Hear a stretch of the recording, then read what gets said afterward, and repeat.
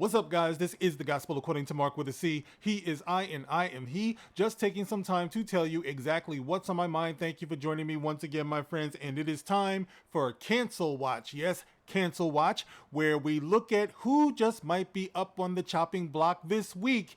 And I saw this story about the R&B singer Neo, and he had some very controversial things to say. Controversial by today's standards, but if you ask me, it's just common sense. So I got a couple of articles here from Fox News, and I want to share it with you and get your opinion on what Neo is saying, okay? One's going to lead to the other, so stick with me here. All right, now the first headline says, Neo scolds parents who let kids make life-changing gender decisions as minors.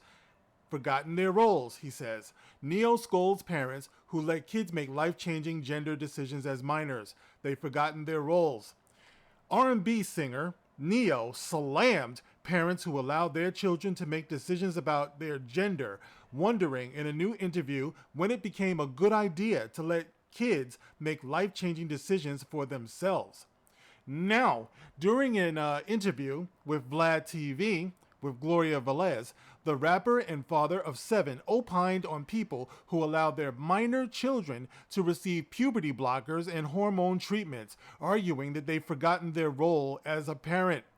Neo says, parents who have almost forgotten what the role of parent is, said Neo, whose real name is Schaefer Shamir Smith. It's like, okay, if your little boy comes to you and says, Daddy, I want to be a girl, and you just let him rock with that, he's 5, he says. If you let this 5-year-old boy decide to eat candy all day, he's gonna do that, he continued.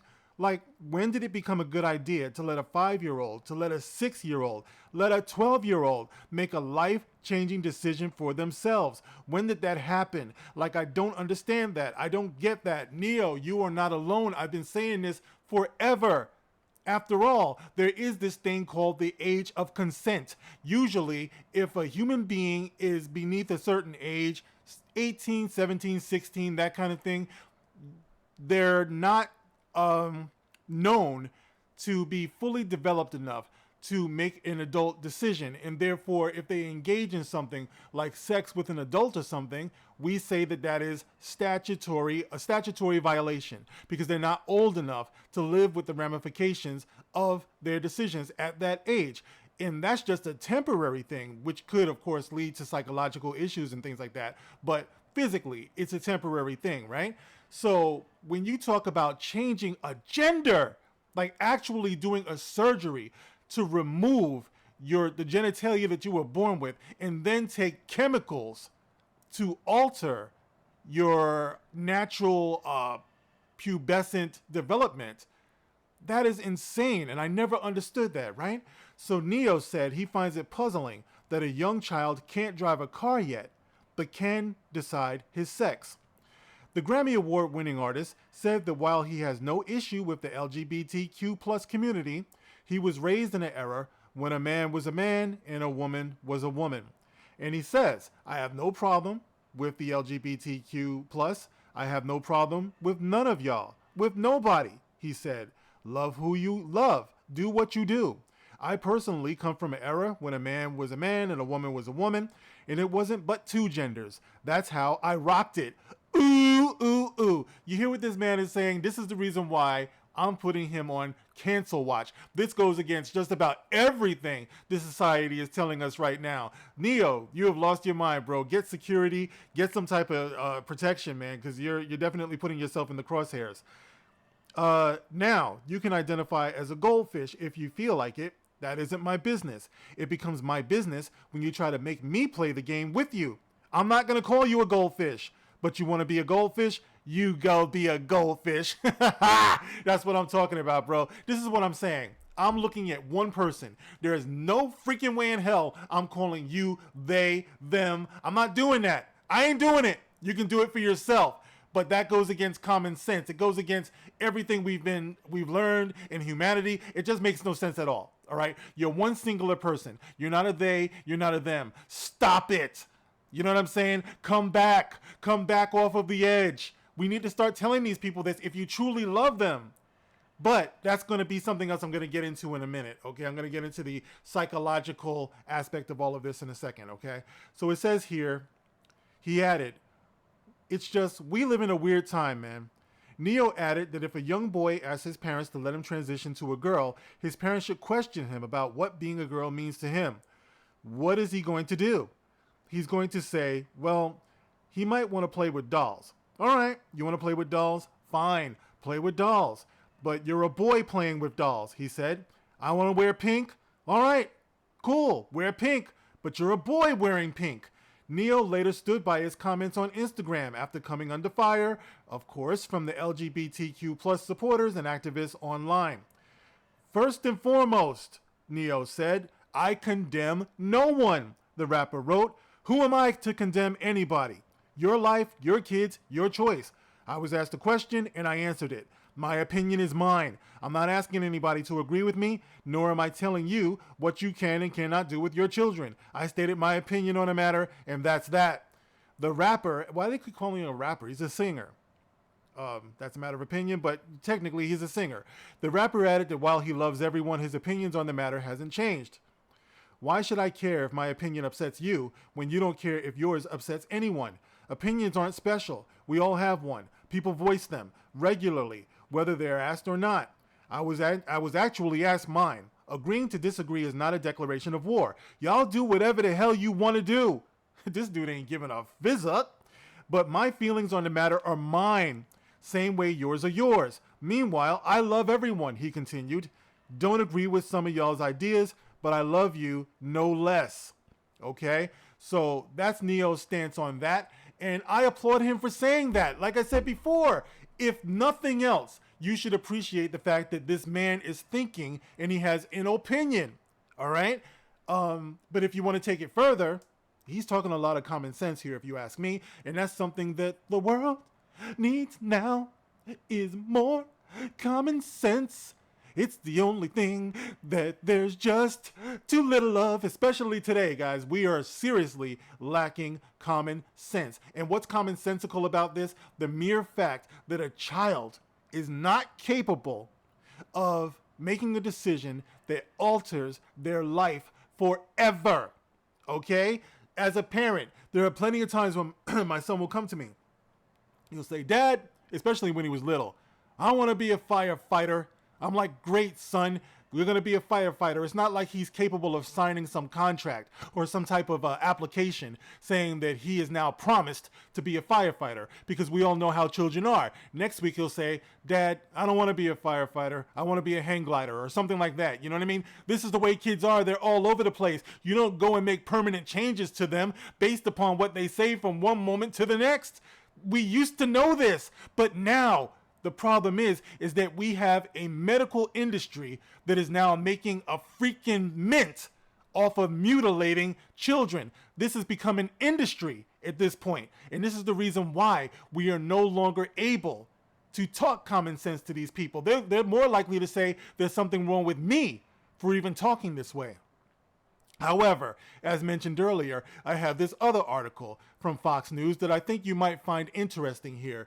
And it says here, Hospital Insider warns that trans kids on hormones are frequenting ER for harming themselves and cries for help. Oh yeah, this is the part that they're not going to talk about. This is the part that the celebrities and the talking heads and all of these politically correct, disingenuous people out there, they're not going to talk about this part. An insider at Maine Health, one of the largest systems in the state, who is familiar with patient care information, including adolescents, is speaking out on transgender children who are taking hormonal pharmaceuticals for chemical sex changes and subsequently showing up with serious mental health crises, including psychotic breaks from reality in acute emergency settings. Now, how hard is that to understand where that might happen? You might have mutilated that child. You might have taken everything away from them physically that made them who they were. But how do you measure what that does to them emotionally? You know how when you amputate a leg or an arm or something like that, and sometimes people talk about they still feel itchy in that limb, even though that limb is not still there? It's an interesting phenomenon, is it not? It's kind of like that. The brain is a very complicated thing. If you take away genitalia, if you take away all of these things physically that identify them as the gender that they were born in, you're not really taking into account what that would do to them emotionally further down the line when they might be thinking differently. But it's too late because you mutilated them based upon something they said when they were younger than the accepted age of consent. All right, so it goes on to say, the source made their concerns known to Do No Harm, an organization seeking to restore the medical field to science-based care. Do no harm. This is the creed of every medical professional, from doctors to nurses to all of them. Remember that? First, do no harm. But when you look around, that's all you see that's happening these days. Whether it's vaccines, whether it's pills, whether it's anything. We used to be able to trust these people, but now everything is being dictated to them by big pharma. And I knew this was going to be a problem back when I used to go for a doctor's visit, and I used to see these legalized drug pushers coming into the doctor's office with their briefcases, with their samples, taking doctors out to breakfast and lunch and dinner and all of this stuff. That was more like almost 20 years ago. And I remember saying to myself, this doesn't look good. You know, there's something wrong here. And now 20 years, 30 years later, we're seeing what the problem is. Our medical industry has totally been compromised. All right, so it says here, patients with psych emergencies are admitted to the emergency room in severe scenarios when urgent stabilization is needed. Psych-related emergency room visits are due to the patient being a danger to themselves or others, verbal threats of violence, hallucinations, cutting themselves, and attempting suicide. I feel like it's kind of the kid's way of screaming out, "Hey, look at me, I need help." And however, whatever the issue was going on, it kind of shows itself. They could also have things like cutting behaviors or any form of like self-harm. Cutting is one of the more frequently seen ones, the insider said. Let's wrap this up. I know it's going to go long. As part of the affirming model, patients with gender dysphoria are treated in gender clinics where they take cross-sex hormones and puberty blockers. These drugs are considered by proponents of affirming care as life-saving. Transgender patients have a high rate of suicidality, which supporters of sex changes attribute to lack of family and societal acceptance. So I've heard that before, and so have you. They'll say, well, if we didn't do this to them, they'd be depressed. This is the reason for their depression. No, the reason for their depression is something else. You don't mutilate somebody based upon their mental state and their depression. You get to the bottom of that. You treat that. You don't physically alter somebody based upon something that they're going through emotionally or psychologically, mentally. We are in the dark ages of this thing, man. We are going to look back so many years from now and say, what the fuck were they doing? You know what I mean? But anyway, the insider reported that some of these patients who are taking hormones experience serious psychiatric emergencies, including cutting and breaks with reality. The insider also said they were aware that children, mostly girls, 13 and over, who have supportive and affirming families are showing up in emergency settings. Parents are encouraging this by talking to staff and saying, you need to call her by this boy name. This is how she identifies, like telling staff that we should be doing this, not the kid.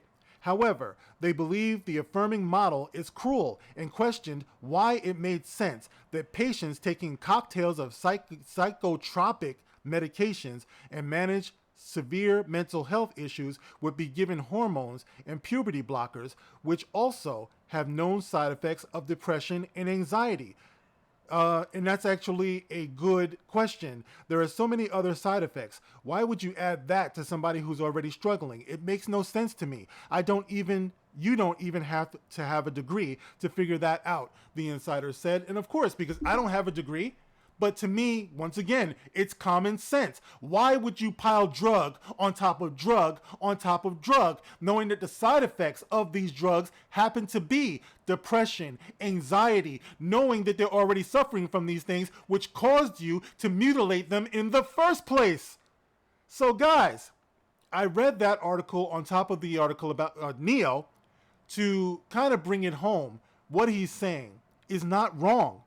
We have to fall back. Parents, I know a lot of you think you're coming from a place of love and support and everything like that, but if you truly love your kid, and I'm beginning to wonder about that, if we truly love our children, we would not do this. We would not take them somewhere that's getting billions of dollars to destroy our children's beautiful bodies, to destroy their beautiful minds and their souls. Why are we doing this? And everywhere you look, this is what you see. This has got to be, and I've said this before, this has got to be the age of the biggest child sacrifice I've ever seen and the world has ever seen.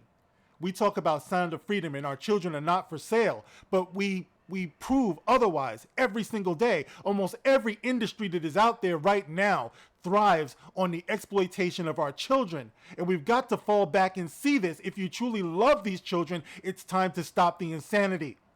All right, guys, I just wanted to read that to you because I wanted to give you something to think about. Please get in the comment section and give me a little bit of feedback here. Let me know that it's not just me and it's not just you and it's not just them. Many of us are sitting here afraid to tell the truth because we're afraid to go against the established narrative because we think that it makes us homophobic or bigoted or something like that. But when it comes to the children, there is no such thing. These children trust us. They trust us to get through the rough times and the confusing times, and you don't do that by forever altering them and giving them these issues that they're going to have to deal with for the rest of their lives. They are beautiful as they are born. We have to remember that from the moment they come out of the womb and they cry and everything like that, they trust us.